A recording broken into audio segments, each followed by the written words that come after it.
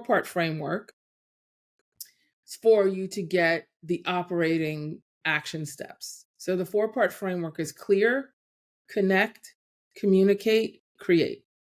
The 4 C's you talk about, right? Hey, family, this is the Thriveword journey. Look, life's too short to just get by, and 2025 is the year to persist. We're here to grow, build, and thrive. This podcast is all about powerful stories, real talk, and practical steps to help you level up in every area of your life. Now, if that sounds like something you need, don't just watch, be a part of the journey. Let us know you're here. Do us a favor. If you're listening on the podcast platform, download the episode. And if you're watching on YouTube, you know what to do.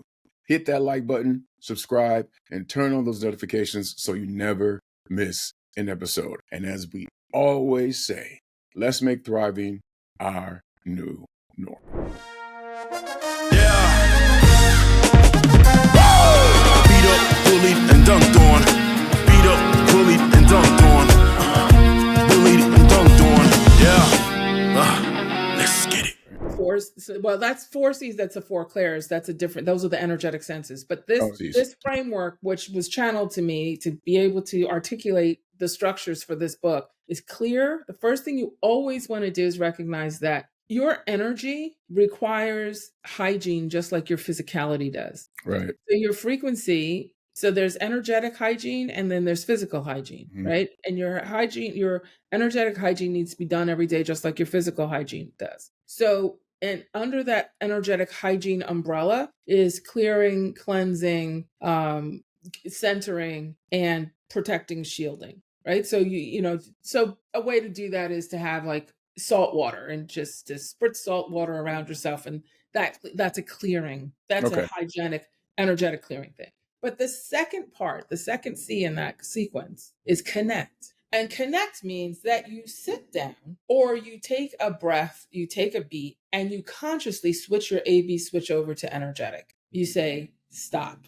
switch. I am now open to perceiving from a frequency-based perspective, right? I'm not just looking for the hardcore, 3D stuff. I'm going to sit, I'm going to connect. It's like going into a restaurant, needing to do something on your phone and saying, hey, is there a Wi-Fi signal here? Like, what's the code for the Wi-Fi? I have to connect. You don't try and get the messages on your email without connecting to the Wi-Fi, right? So why would you try to get answers from your higher self without connecting to the frequency, right? So that's what meditation is for. Meditation is the connection. It's to turn on the Wi-Fi. It's to turn on the signal so that it's perceivable, so the information, it can be perceived. It's saying, okay, I'm recognizing that there's an energetic aspect of me, and now I'm choosing to tune into it. So I'm going to sit, and this happens from 2 things, silence and stillness. Silence plus stillness equals synchronicity. And synchronicity is what you want, because that's when you're starting to feel all those connections. Silence plus stillness equals synchronicity. That's not in the book because I recently channeled that in the class. Silence plus stillness equals synchronicity. And synchronicity is those aha moments. And that's what you want those strings of, right? Yeah. So how long is a linear thing? That's a 3D infrastructure thing. Right. 5D, as long as you recognize it, you're connected. How long is it really going to take for you to believe that you're connected in your 3D mind, right? The more fluent you get, the less time it takes. I'm not sitting here saying, I wonder if I'm saying the right thing to Michael. I wonder if his people are going to like me. I'm not thinking about that because I'm very confident. I'm very certain that's how it is. And, either you roll or you don't. You know what I mean? Like, I can't jump in your body and make you accept it. I just say, I'm delivering with full honesty, full transparency, and this is how it rolls. And, if there's something more to be said, it'll be channeled to me and I'll say it. I say a lot of things I haven't heard me saying before because I'm channeling it. It's new. I'm saying expanded on behalf of you guys, right? Yeah. So that's what stillness plus silence equals synchronicity. Now, as far as timing is concerned, it's not the timing, it's not the quantity, it's the quality. Yeah. So if you're sitting there for 60 seconds, let's say you're in a meeting, you're in corporate or you're an entrepreneur. I know you have entrepreneurial people and you go to a meeting, let's say you're at a conference and you want to meet the keynote speaker. You just really want to get to this keynote because this guy is like AI, king, and you just got to get that one question, but there's 400 other people and you want to kind of connect in and see what you can do energetically to help yourself. You go in the bathroom or you go out into the hallway and you just take a deep breath, close your eyes for 60 seconds and switch your switch, just shut up and still. Be still, still your body, and shut up. Don't ask. Am I doing Just this right? shut up. Am I not? Did I get? Oh, and she said in the book, and what page was that on? And I'm like, where's my phone? I got to check. It's just like, no, just stop. Stillness plus silence equals synchronicity. One of the two really good ways that you can do this is in the shower and when you're driving. Both of those are perfect meditative constructs. If you're in 3D and you can't, like, you're not going to sit and do this meditation stuff.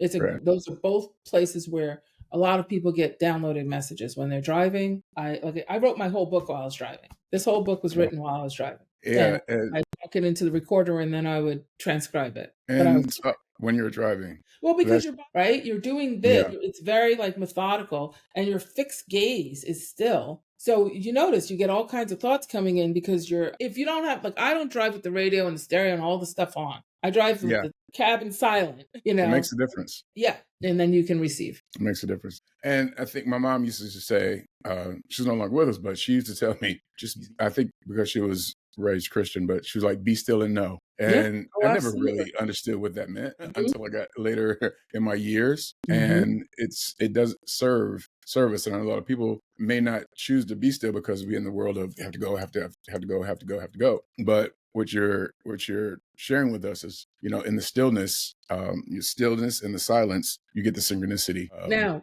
not necessarily right when you're in the stillness and the silence. So the connection and the communication are two different things. So this is one of the things that people misjudge themselves for. You get still just for the stillness. The communication piece can drop in at any point after you're back up and running in your regular life, right? You'll get that somebody will show up in your world who gives you seems like a message. You'll be led to something on Netflix or a reel or something that gives you the next clue.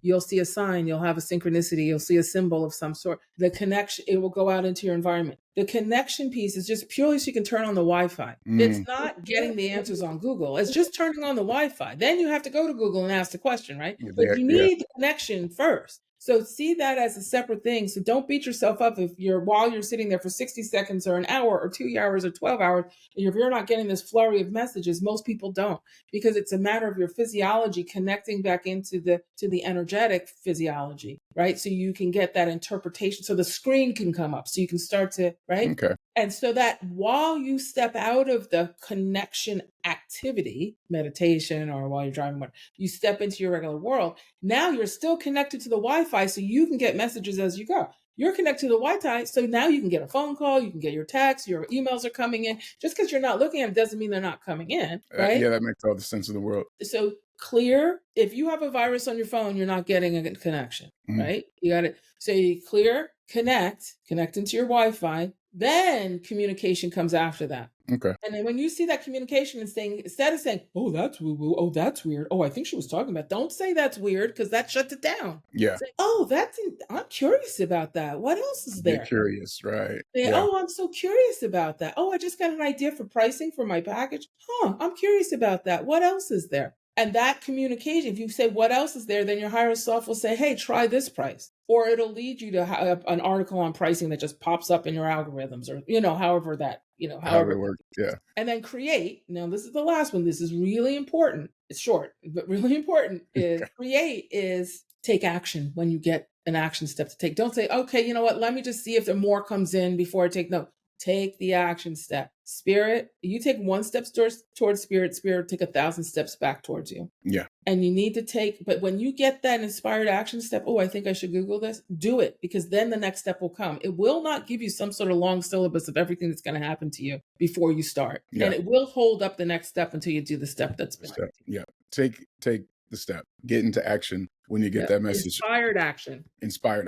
You talked about earlier how you were confident. You're not worried about, kind of what people are thinking. You just know that when you get connected to the higher self, it's a message that's coming to you. How are you able to feel confident in the voices that's in your head as being your higher self and not just kind of like a back and forth conversation? So again, that's part of the fluency training. That's part of the language training, is to be able to discern true guidance from your higher self. versus guidance that's really versus like thoughts in your head, your analytical mind. There's a few things that you can do. Part of it is just being consistent. I've been channeling for 30 years. So for me, I've done hundreds of thousands of readings for people literally. So I know like if it's my higher self or if it's Archangel Michael or an angel or somebody's lost loved one or someone's lost pet. I've done readings with all of those types. I kind of can tell the roll call of who's who and from the energy and from even the dialect of the words I'm hearing in my head and all that stuff. But even if you're not doing anything like that, the way you discern true guidance versus false guidance, a couple of tips. One is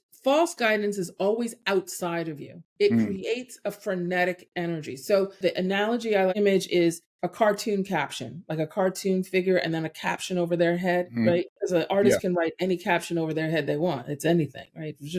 Your outer thoughts are always kind of up and out in front of you, around like your hairline. They switch back and forth. They're never consistent. It's like, well, you could do this, but then you could do that. Well, you could do that, but then you could do this. Oh, well, if you did that, then, and it starts to future pace you. Remember, in 5D infrastructure, you only have the now moment. You're not future pacing anything. So if your thoughts are starting to take you to the worst case scenario and the best case scenario and all the scenarios, that's not higher self guidance. Your higher self is always going to be down in your body. So I say it's in the truth corridor. The truth corridor is from your throat chakra, which is like around where the Adam's apple would be, around your clavicle, all the way down to your belly button, through your heart center, right? Your solar plexus up to your throat, that's kind of your truth meter. So if you, let's say, have somebody you really genuinely love and they get sick, you don't generally, you can look at them and say, something's off. And you go inward to see something's off. You're not like, I wonder if something's off with you. Oh, you go, something, I know something's off. Something's off.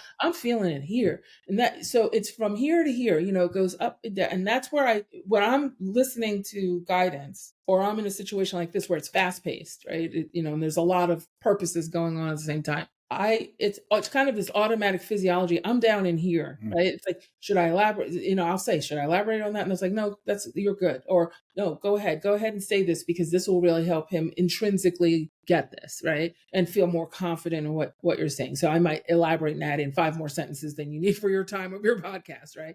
But that's because I'm following a knowing, because I'm looking for the knowing. I'm down here. If I was thinking out here, this whole show would be running totally differently, because I'd be like, okay, well, what's going to get the ratings? And how many people would need this? And how many times did I mention the book? And how many followers is he going to get? All this, and this be on YouTube, Yeah, I get that actually, because I can sense the differences in the conversations that I have throughout all the episodes that we have done. And you can tell when somebody's here for, to either promote something and just promote something, or if they're here for a conversation or have real conversation that could create a difference for people who are listening and watching. And I can sense that that's where you are with me in the conversation, because I can also sense of how I'm kind of going in and out with my 3D, 5D thing, because I still want to be aware, but I also want to be present to what you're sharing in the conversation. Well, it's funny because 5D frequency is waking consciousness as well. It's not like you have to be like, and now you're in 5D and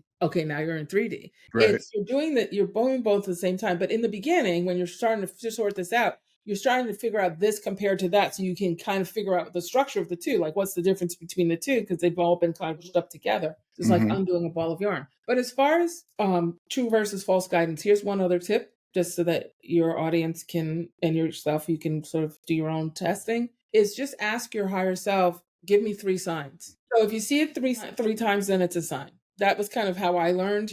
My teacher said, if you see it hear it 3 times, then it's a sign. So if you get an idea and it feels like it's in here, and of course your protective mental mind is going to start to wrangle it. I don't know. Maybe you should just say, let's see if we see it again. Bring it to me again 3 times, and then we're good. Then I'm going with it. Eventually, you won't need to do that. It's kind of like the training wheels, but it doesn't matter. It's a tool, and you need it. No one is like train this from the beginning. A lot of the younger kids are coming in with a lot of this intact, but people who are like over 40 years old, we weren't raised with this intact this way, the way the younger kids are. Yeah. So many ways we can go here. Well, I do want to know this. We talk about 3D and 5D. I think probably early 2000s or whatever, I was learning about quantum physics and all that kind of good stuff. 3D, 5D, is there a 4D? And if so, what happened to 4D, or can you explain what that is if Yeah. anybody's wondering? Yeah. No, this is great. I'm glad you brought that up because usually I go into that when I'm talking about the dashboard. So 5D is where everything is completely energetic, right? So it's in energetic form. Your Range Rover is there, your next house is there, your boats, your clothes, your next opportunities, the books that you're going to write, the kids you're going to have, whatever it is. It's all there in energetic frequency form. Everything that was ever going to exist already exists. It's just in the cloud, right? Since we're doing frequency computer analogies today.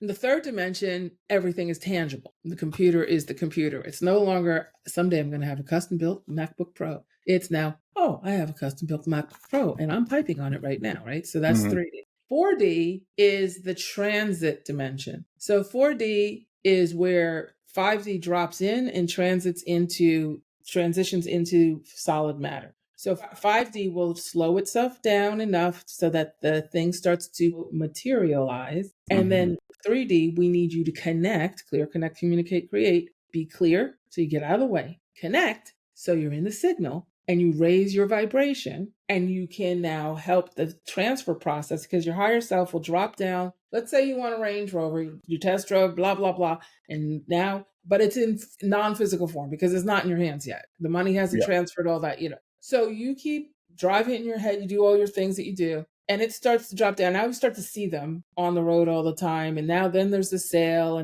now it's starting to configure like somehow or another, hey, wait a second. I think I might be having this big sale coming in my business.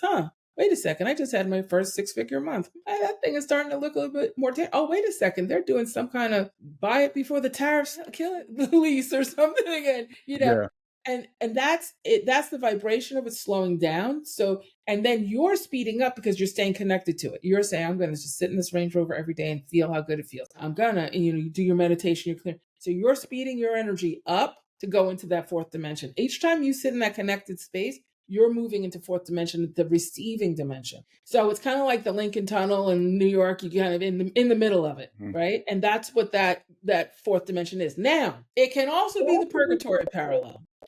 Okay. Because you can start to jam it up with your, that's woo-woo. That didn't work for me. I saw that secret and that was dumb. And this is blasphemous. So it starts to show up. It starts to come and configure, but you don't raise up your vibration to get it. So it sits there and it feels like, it's like, I feel like I'm so close yet so far. It's not because you're 5D, I got to prove something else to my higher self to get this. No, your 5D frequency is not parental. It is not looking for you to prove anything. It has nothing to do with proving, with teaching you a lesson. Universe is teaching you lessons. No, it's not. Your just vibration is off. That's religion. That's not that frequency physiology. That's the quantum physics. The quantum physics is based on focus. Got it. And if you're focused on judgment, then you jam yourself up and then your stuff gets stuck in fourth dimension. It's sort of showing, but it's not. Yeah.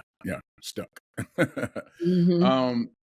You also talked about communicating with guides and angels, but you said not all people can do that. What? Well, not all people can do predictions of what's going to happen to someone else. Right. But you're born with angels and you always have spirit guides. You always have teams of spirit guides. And in fact, as you elevate in your own life, your spirit guides shift and change. And you can even, as you get more advanced in this stuff, you can even create councils of guides for yourself. Like when I was in the film business doing film financing, I had a council of guides. I had Walt Disney, I had Lucille Ball, I had Judy Garland, I had like old Hollywood executives, and I would energetically consult with them and say, hey, can you lend me some energy on what to do with this particular deal? And I would get that information. I even asked Walt Disney at one point to give me a sign that it was really him. And I was led to Barnes and Noble, and I go to this bookcase and open this book, and it was a whole story about him eating red hot candies, and he had told me he liked red hot candies in my channeling. So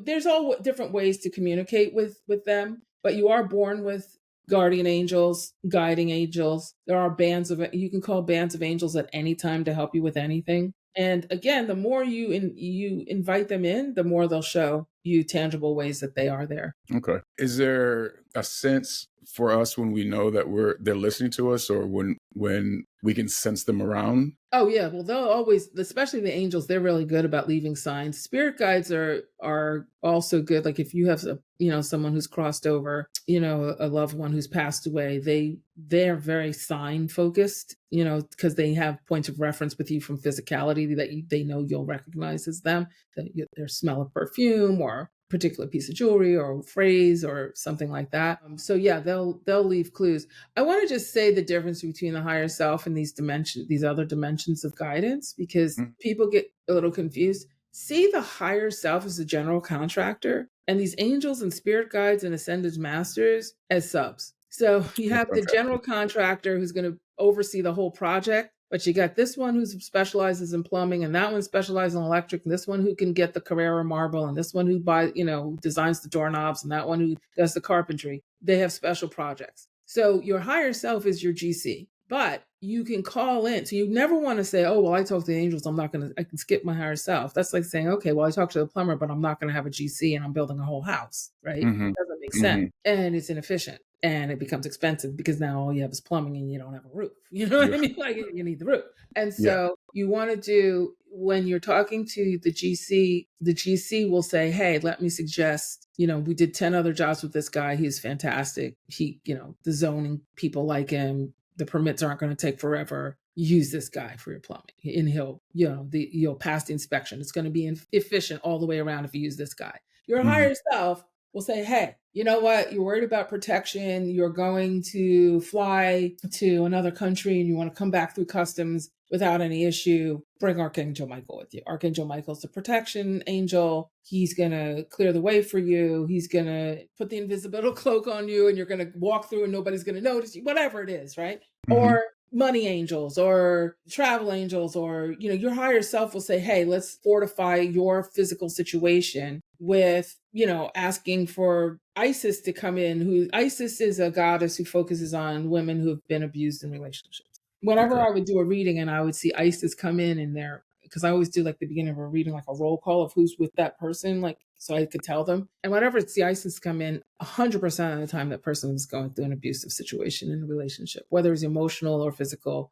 or coming out of a divorce or recovering from something, 100%. Most readings, she wasn't there. But when she showed up, I knew that was the line, because there's certain guardians who will come in because that's their project. Here on the Thrival Journey, we talk a lot about not just surviving, but thriving.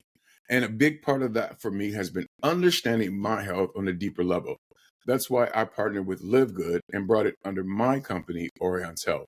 Not just because I believe in the products, but because I've seen what they can do firsthand. I've walked through some hard health chapters in my life, including cancer and a kidney transplant. And I know what it feels like when your body's working against you. That's why we're offering 2 free tools that help me and can help you too. First, go to myfreehealthreport.com/Orion's Health. Take our quick health questionnaire and get a personalized report created by Dr. Ryan Goodkin, Live Good's Director of Product Development. It's clear, actionable, and totally free. Second, visit myfreedetox.com and get a free chlorophyll and zeolite detox bottle with your first product order. It's a gentle, natural way to clear out toxins and start fresh, something I personally use and stand behind. This isn't just a sponsorship, it's part of my mission through Orion's Health to help people thrive in body, mind, and spirit. Of course, always consult your physician before starting any new supplement or health regimen. Your body is unique, and your healthcare provider should always be part of the conversation. The links are in the show notes. Now tap in and take your next step toward thriving. That's kind of their craftsmanship, their thing that they do. We all have our guides and our angels around us, right? Absolutely. And you can call on people who are no longer here to help you. Like when I got stuck with a particular recipe I was doing, I reached out to Julia Childs and I said, hey, how would you cook this? And I heard, you know what, go over and Google this, and this. And I did. And sure enough, I got what I was looking for. So you can play with it. This is what I say, play with it. It doesn't have to be War and Peace. It doesn't have to be, the 10 Commandments and King Kamehameha. It doesn't have to be this big over the top thing. I mean, I've gone to my guides and said, are you serious right now? Really? Like that's the prayer. Like, really? You say like this? No, this is no, we're not doing this. You know, that's the Yeah. prayer. Okay, thank you, Jesus. What you know, I mean, of course you want to be gratitude, but the more you can make it your personality, the more you're going to be able to receive it, and the more that they can phrase things so that you'll perceive it as safe because it's sounding more like something you would be able to receive. Will we see the material world change when we're more connected to our higher selves? Absolutely. And with that, I guess it would look different for everybody, right? How do we that really want the world to change begin to manifest that as we continue to live our lives? You're asking some really big questions. Okay, wait, I have to have a little sip of tea for that. No. Okay. um, I'm connected with myself here. you're going for it now. You're like, okay, now I'm all set. Let's go. Let's fix the world. Okay, let's go. Batten up. Buckle up. All right. So part of the energetic infrastructure. This is just hang on. See, you asked for it. So hang on. Yeah. Part of the no, this is good. Part of the energetic infrastructure that I didn't mention is how we have parallel realities. We have multiple realities happening all at the same time. So anything that was ever going to exist already exists. Yeah.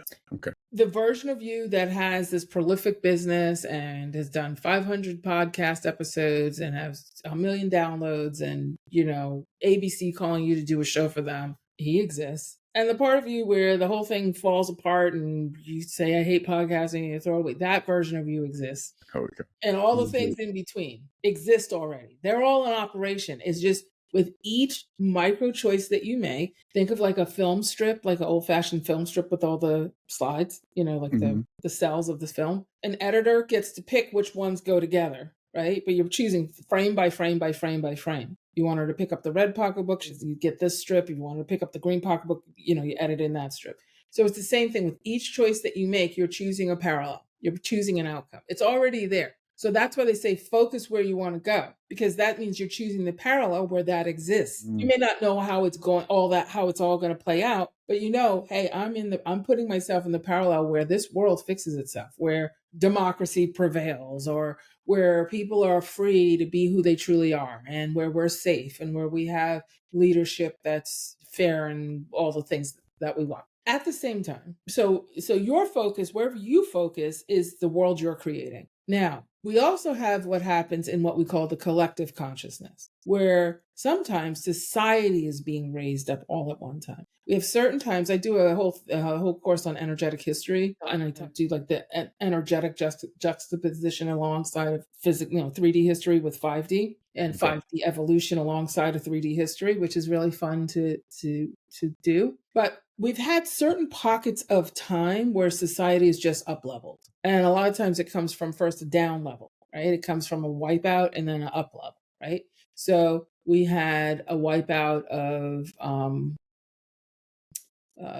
World War II, right? So we have depressions and huge, we have the Nazi thing and the whole Holocaust thing and all the things. But then it gave way to a whole new set of rules that protected us until now, where they're testing them all. But you know what I'm saying? 9/11, we all of a sudden had Homeland Security. When we had the Pan Am jet hijackings back, I think in the 70s, 80s. 70s, I think it was 70s. We don't have hijackings anymore. Right? I mean, before you weren't going through metal detectors and all kinds of facial recognition. Each time a tragedy happens, some sort of technology comes and supports us in our evolution. Right? Mm-hmm. So a lot of these things are triggers to the next thing. It's just like when a baby's learning to walk. One of the most powerful things for a child to learn to walk, the thing that makes the body recognize, is the kid falls down. If you want your kid to walk fast, let them fall down. Don't go run and pick them up, because what it's doing is it's stimulating the growth platelets to say, hey, it's now time to strengthen to stand up. If they don't fall down and figure out how to balance, you're slowing down the learning how to walk process. And so it's the same thing with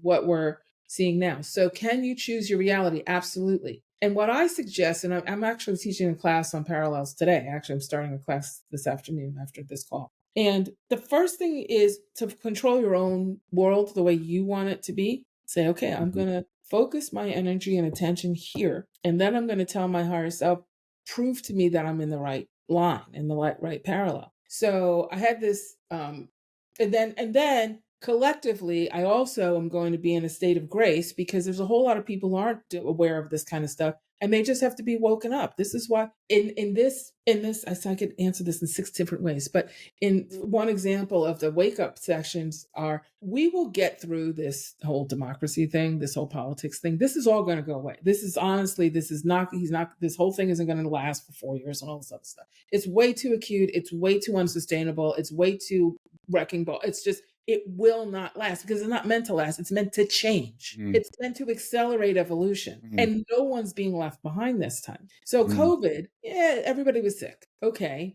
But democracies were in place. People still could have their benefits, and their VA was still there, and the IRS still existed. All the things still existed. And yeah, there might be a stimulus check, and somebody might be mad at the Congress, but people are sick. But so it was like kind of one track. But one track for everybody going around the world, like, was health. It wasn't like tariffs and this and that and this and that. It was just health. So that was kind of the bellwether. That was kind of the prep, because the one theme that people started to experience was losing their freedom because there were lockdowns worldwide. So it was kind of like getting everybody's DNA. Several people took the escalator on out. They're like, you know what? We're not going into this next quarter because we know it's going to get even harder than this, because there's stuff coming down the pike in 2025. So we're just going to check out now. Bye-bye. I love you. Kisses all around. Gotta go by. And so there's a bunch that leave, right? They pass away. They cross over. But there was this certain precedent that was being set where the countries started to have to speak to each other more. You started to become aware of who was doing what with vaccines, who was doing what with their public health, who was doing what with epidemiology, all of this stuff. And we started to have this heightened awareness. Now we're in a stage where the whole world is being brought online and being held to task because the whole world is elevating. And so no stone is being left unturned. So and this is true when you have the most apathetic ones who can always sort of Teflon themselves by throwing money at things. They buy the Chanel Birkins and they're doing all their fancy things. And now they're even being touched because all of a sudden China's saying, well, that Hermes bag, well, that's really only $5 here. And we did it. And they just pasted a label on. And those people are like, wait, what? Wait, what? I saw one woman, I said this to my class, I said, this is the turning point when one woman got hysterical because they were going to tariff Ozempic. And she was like, oh my God. And it was like this thing, like these people were melting down because now all of a sudden it didn't matter that the people getting pulled out of their houses and sent to El Salvador, and the planes are crashing, dropping out of the sky because they got a private jet who cares. This one's losing their job. That one's losing Social Security. But Ozempic woke them up. Yeah. The Birkin bag woke them up. So, and it's touching the animals and the trees and the water systems and the education systems and the veterans and the old people and the young people and the babies who aren't born yet and the babies who are born, and you're getting arrested for a miscarriage. It's going across. When something is this huge and this insidious and just churning like this at such a velocity, this has nothing to do with sustainability. This has to do with change. This has to do with turn all the lights on in the house so we can all see that there's gum on our shoes and somebody spilled popcorn over there and somebody has their Twizzler bag over here. And, when the lights come on after the film is over, you see what's really in the house, in the theater. And that's what's happening. The lights are on. And this is necessary for us to move into what we're calling the 1,000 years of peace. If Kamala had won, this country would not have been governable. Because all of this, I think one of the biggest things that people are feeling is like, oh my God, look at all the stuff that we've been living amongst, that's been living amongst us. Look at all that, these people really thought that those people, I didn't even know my family members thought this, there's so much lights on. And the only thing that can come out of that is progress, right? It has to. It has to. These people aren't building a government for sustainability. Even if they just want to skim the government and take this stuff and keep all the stuff, they're making it so nobody can work, everybody's sick, nobody can eat because everything's contaminated, the water's contaminated. What? How is that? Don't you guys want more than 1 year of tax cut? Wouldn't you want next year too? Wouldn't you want people to be making money so you can take it from them? This is not making sense. Right? So when it comes to how do I control this or how do I influence this with frequency, the first thing you want to influence is your own life. So I call that your micro. And then you have to recognize what's going on in the macro, which is the greater collective, right? It is very counterintuitive. The way you get these is to look at it a little bit more counterintuitive. And this is easier when you have the channeling abilities and all the fluencies and all that stuff in place. But as the translator for that type of thing, the more crazy it gets, the closer we are to it ending. Because if it's easy, or if it's just on the tip of not so quite so bad, but so bad, it'll status quo. We'll be going along Right. like we've been. Because we've Right. been at the tipping point for decades. It's Yeah. just that he's like kicked the ball off the cliff now. We're all, Got it. are we gonna like now you're gonna get me to talk about Wick. Now You you're know- gonna get me to talk about Defying Gravity. Because I can't give you the answer without talking about Elphaba. Okay? It's gonna be short. This is short. But Okay. and you did this to me. So it's Man, your I'm fault. here. I'm here for it. It's your fault now that we're doing this. Put it on me. I'm here for Okay, it. so did you see Wicked? If you didn't see Wicked, it's not going to work. Did you see Wicked? Did not. I You know did which not one, see- but I didn't. Okay, I haven't seen so Wicked. the Defying Gravity scene. Everybody else has seen Wicked. You Except can for go me. on YouTube now and watch the. You can watch the YouTube video. It's 10 minutes long. After this, so Elphaba, who's the Cynthia Erivo, Mhm. and she's the witch, and in that final scene of the first part, she's going to fly, and she conjures this broom to be able to help her to fly, and she's going to get away from all this betrayal that she's gone through and all these things that she was going through in this show, and she's going to defy gravity, and she's going to jump through this window, and she's going to fly, and she's going to fly away from all these people who are trying to kill her. And this is you're very invested in this character. She did not come from a nefarious upbringing. She was actually trying to save these people and animals and all this different stuff. So you're really invested in her. And she's standing for the greater good. But in order for her to go to the greater good, she has to defy linearity. She has to defy 3D. She has to defy the status quo and the evil and all the things that were around her. So she goes and she jumps through this window with this broomstick that's been magically conjured, and she's going to fly. And the first thing she does is she falls. She falls straight down. Like she's at the top of this huge tower. And as she's going to fly, she jumps through the window and she falls. And it's this, and she's falling, she's spinning, and she's falling, she's spinning. And then she sees her younger self, who was at the beginning of the movie, because it's kind of like this biographic account of her life. Okay. She sees this vision of her younger self reaching her hand out to her. And she's just about to hit the ground like Coyote in the Bugs Bunny movie, like the Road Runner and the bug, and like she's just about to hit the ground, like she's like it's going to be gone, like there's no defying gravity. She's about to face plant in the ground, the broom's going to break, nothing's going to work, and she's going fast, she's going down, and as she's going down, they show her reaching out to her younger self, reaching out to her, and she connects with that younger self. So she basically integrates that younger self and all the pain and suffering that younger self went to, and her older self, who's now able to fly the broom, and the younger self reconnect. And all of a sudden she goes up and she flies. And that's when, all the men are sobbing in the movie. All the women are sobbing in the movie, because we all had that moment where we've jumped thinking we're going to fly and we fall, which is most of the time when we take a leap, we do fall first. And then we get that airlift, we get that wind. So then she flies and off she goes, and, and the song and the whole thing and the big crescendo. But the point is that as we go through this, we're falling. It feels like everything's falling away because none of it is sustainable going forward. And what's being shown is these, like black lights showing all of the things that we've been living with that are not working. Yeah. So from a counterintuitive perspective, I would say for your personal self, take care of yourself. Get as fluent in your frequency-based abilities as possible, because you're going to need them when we get on the other side of this. Absolutely. You're not going to be able to just think linear alone, because nothing's going to look the same. Yeah. Right? You're going to need to feel more and sense more and intuit more and know that your own customized version of a solution is going to show up, and that's what you need to follow, not the pre-existing, when you do this, plus that. That's no longer going to work. And people are really getting disoriented because they're so used to, especially the people who are kind of non-entrepreneurial, more in that schlep life, like going step, this is my day and this is what I do on Mondays and Tuesdays and Wednesdays and blah, blah, blah. Those people are really being scrambled now, because as entrepreneurs, we've kind of been living that way anyway. We've been like, oh my God, we've been off the beaten path and like kind of crazy anyway, because you're always worried about your survival. Yeah. But when you've been in a federal job for 35 years and you can count on those 4 weeks of vacation and this upgrade every year, and that your kid, and you're in all of these systems and all the systems are breaking down, there's a huge part of the population that's for the first time coming up against what, as entrepreneurs, entrepreneurs are kind of predisposed to this, is just even more unstable. Yeah. Right. So, focusing on the greater collective, sending light to what you see instead of just like walling up against it and saying, okay, and just, it's going to play itself out, and, trust and ask your higher self for guidance. And then, but for your personal life, what my biggest advice is to double down on your dreams right now. Do not let anyone take away your hope for the future.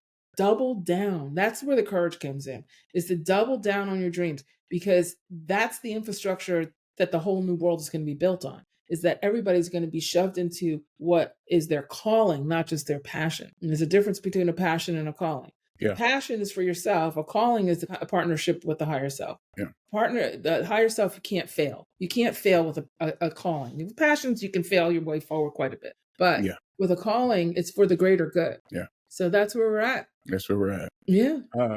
Yeah. You know what?